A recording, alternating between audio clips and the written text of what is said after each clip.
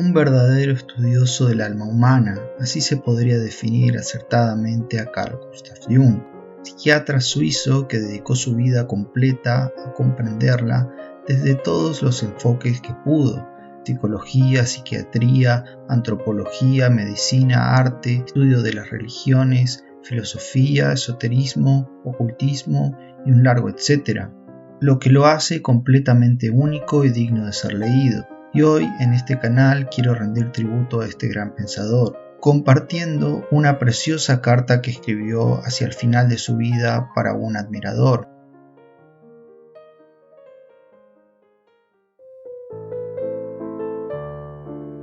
Cartas con historia.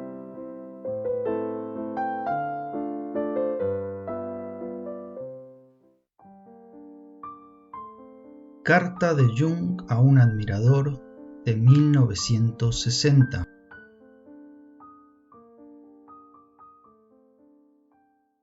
Contexto histórico.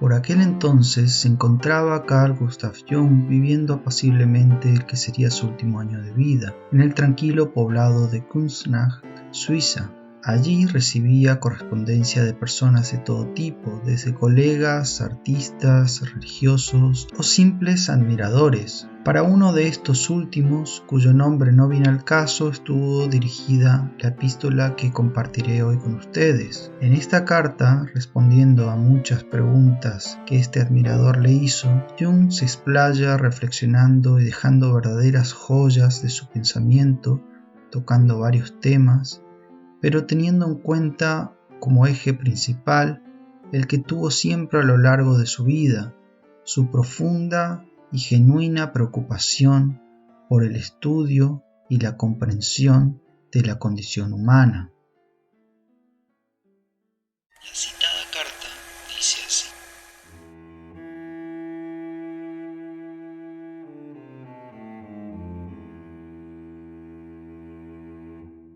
Su carta del 7 de mayo de 1960 es tan amplia que no sé por dónde empezar a contestarla. El camino que yo propondría para una solución de nuestros problemas contemporáneos es en realidad el proceso al que me he visto forzado como un individuo moderno que se enfrenta con la insuficiencia social, moral, intelectual y religiosa de nuestro tiempo. Reconozco el hecho de que solo puedo dar una respuesta parcial, la mía, la cual, por cierto, no es universalmente válida, pero que tal vez sea suficiente para un número restringido de individuos contemporáneos, especialmente cuando mi posición principal no es más que esto: sigue aquella voluntad y aquel camino que la experiencia te confirma como tuyo y que es la verdadera expresión de tu individualidad.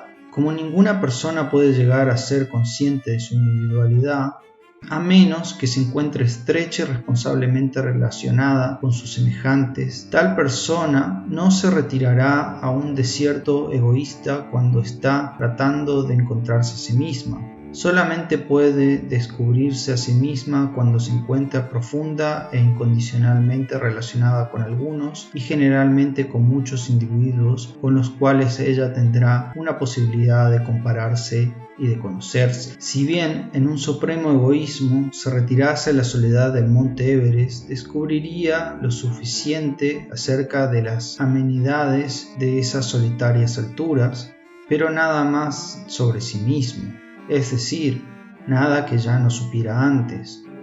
El hombre en general se encuentra en esta situación a causa de que es un animal dotado de capacidad de introspección, pero sin posibilidad de compararse con otras especies o animales igualmente equipados de conciencia. Es un animal superior exiliado a un pequeño punto planetario de la Vía Láctea. Esta es la razón por la que no se conoce a sí mismo. Se encuentra cósmicamente aislado. Solamente puede declarar con seguridad que no es un mono, un pájaro, un pez ni un árbol, pero lo que es positivamente permanece oculto. La humanidad de hoy en día sueña con comunicaciones estelares. Si nosotros pudiésemos comunicarnos con la población de otras estrellas, tal vez encontrásemos los medios de aprender algo esencial sobre nosotros mismos. Incidentalmente nos hallamos viviendo en un tiempo en que el Homo homini lupus amenaza más allá de nosotros mismos. Las ficciones científicas sobre viajes a la Luna, a Venus o a Marte y las leyendas sobre platillos voladores son efectos de nuestra ofuscación, pero no menos de la actual conciencia del mundo. Filósofos y psicólogos del siglo XIX y XX han tratado de proveer una terra nova en nosotros mismos, el inconsciente. Sin duda es este un descubrimiento que podría darnos una orientación en muchos aspectos, donde nuestras ficciones sobre marcianos y venusinos se basan en nada más que especulaciones. El inconsciente está al alcance de la experiencia humana. Es casi tangible y familiar para nosotros, pero al mismo tiempo su existencia es extraña y difícil de entender. Si damos por sentado que aquello que yo llamo arquetipos es una hipótesis verificable, luego nos encontramos enfrentados con cualidades autónomas, con una suerte de conciencia y una vida psíquica propia de ellos mismos, la cual puede ser observada al menos parcialmente en nosotros, no solo en los hombres vivientes, sino aún en el curso histórico de muchos siglos. Ya sea que los llamemos dioses, demonios o ilusiones, ellos existen y funcionan y resucitan con cada generación. Tienen su enorme influencia tanto en la vida individual como en la colectiva, y a pesar de su familiaridad, son curiosamente no humanos. Esta última característica es la razón por la que han sido llamados dioses o demonios en el pasado y porque han sido comprendidos en nuestra era científica como las manifestaciones psíquicas de los instintos, en tanto que representan actitudes habituales y universalmente ocurrentes pensamientos. Son formas básicas, pero no manifestaciones personificadas. En otro sentido, imágenes concretizadas.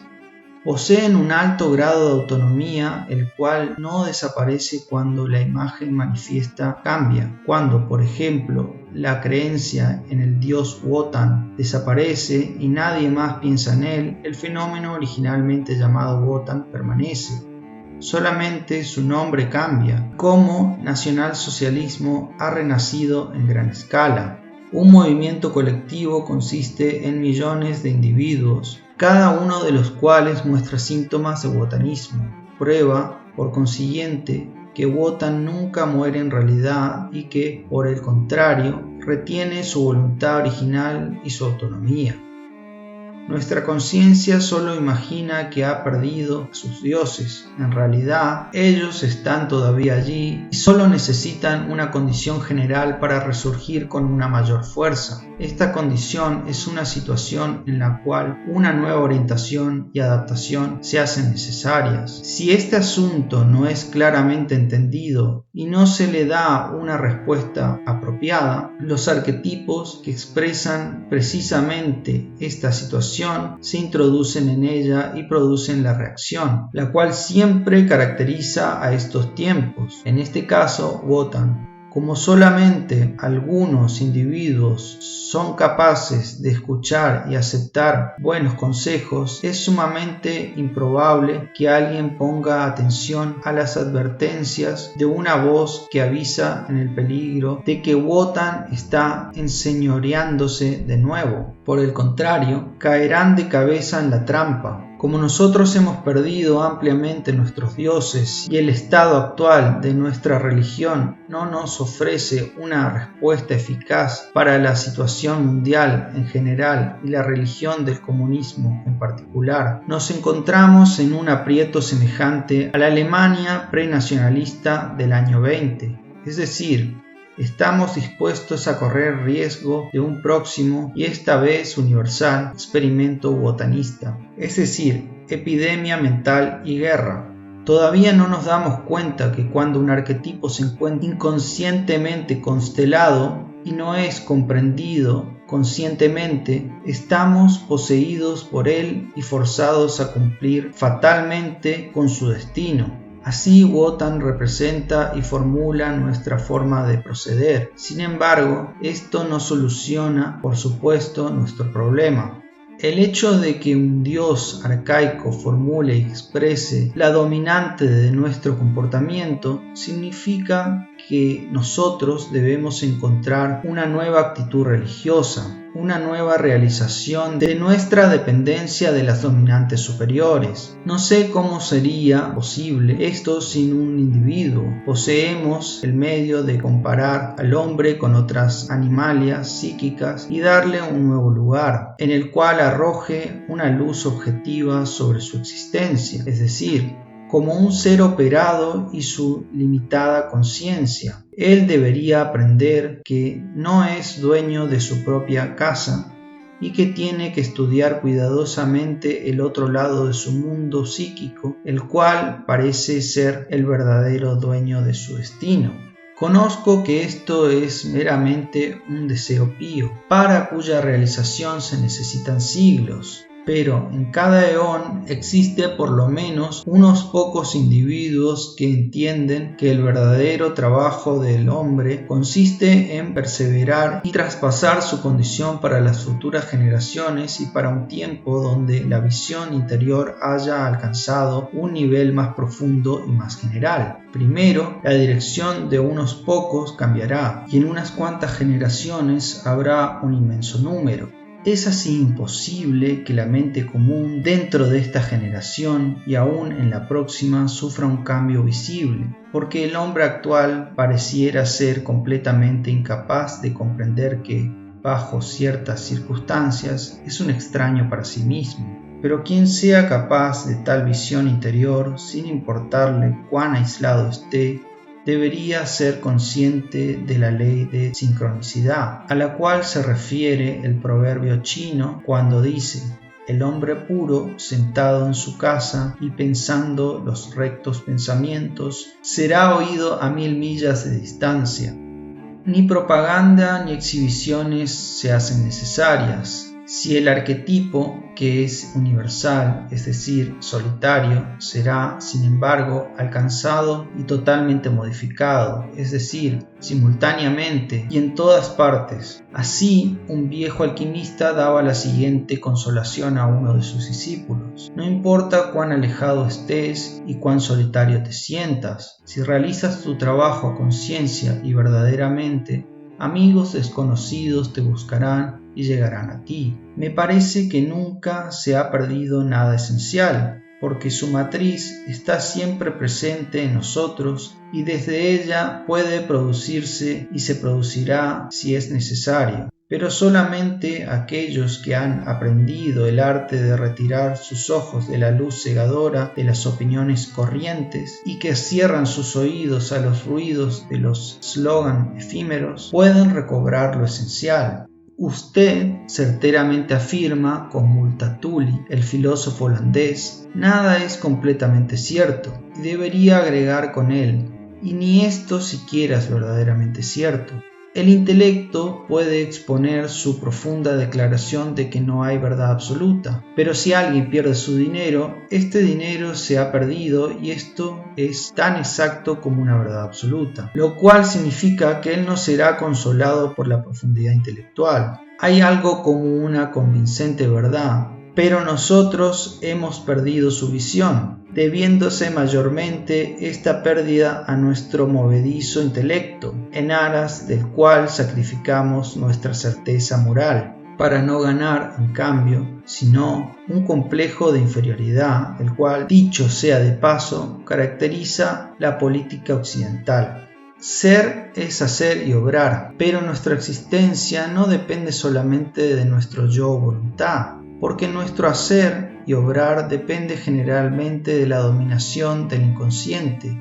Yo no estoy solamente proyectándome desde mi ego, sino que también estoy hecho para ser creador y activo. permanecer inmóvil es solamente bueno para algunos que han sido demasiado activos o perversamente activos. De lo contrario, es un artificio innatural que interfiere necesariamente en nuestra naturaleza. Crecemos, florecemos y nos marchitamos, y la muerte es la quietud última, o así pareciera serlo.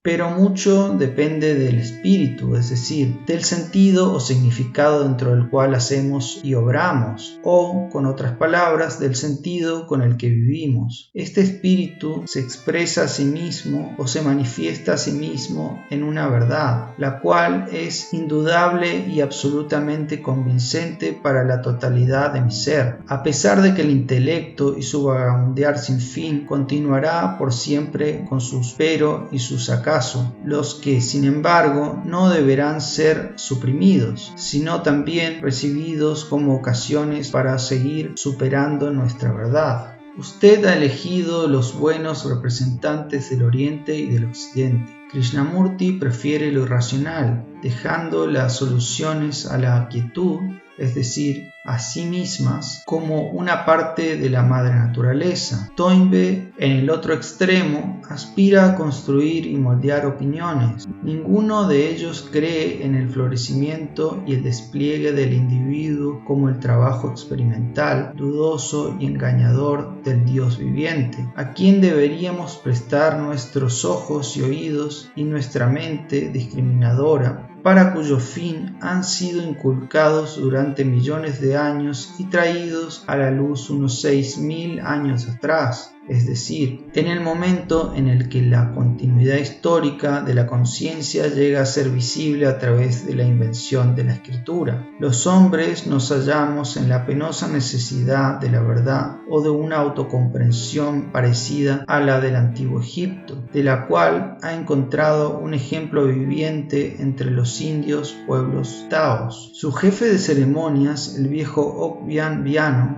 lago de la montaña, me dijo una vez: somos el pueblo que vive en el techo del mundo, somos los hijos del sol, el cual es nuestro padre. Nosotros le ayudamos a remontarse diariamente y a cruzar el firmamento. Por consiguiente, los hombres blancos no deberían intervenir en nuestra religión. Si ellos continuaran haciéndolo e impidiéndonos cumplir con nuestro trabajo, verán que en 10 años el sol no se levantará más.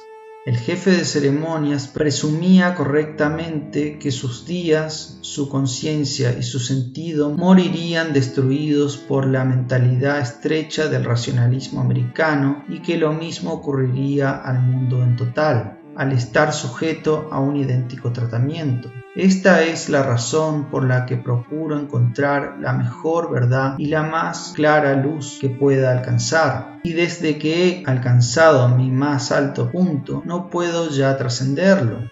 Guardo mi luz y mi tesoro, convencido de que nadie ganará, y yo mismo sería herido sin esperanza si la perdiera. Ella es lo más alto y preciado, no obstante para mí, sino sobre todo para la oscuridad del Creador, quien necesita al hombre para iluminar su creación. Si Dios hubiese previsto totalmente su mundo, este sería una mera máquina sin sentido, y la existencia del hombre un inútil capricho.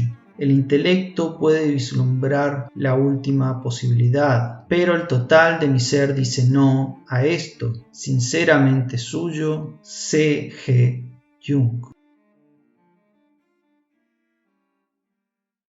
Si te ha gustado el video, por favor, no olvides regalarme un like, suscribirte y compartirlo con todos tus contactos, ya que me serías de mucha ayuda. Y ahora es tu turno en la caja de comentarios. ¿Qué te ha parecido esta carta? ¿Conoces la obra de Carl Gustav Jung?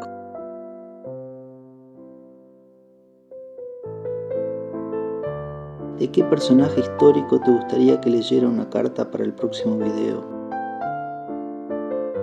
Sin más, me despido. Gracias por ver el video y hasta la próxima carta.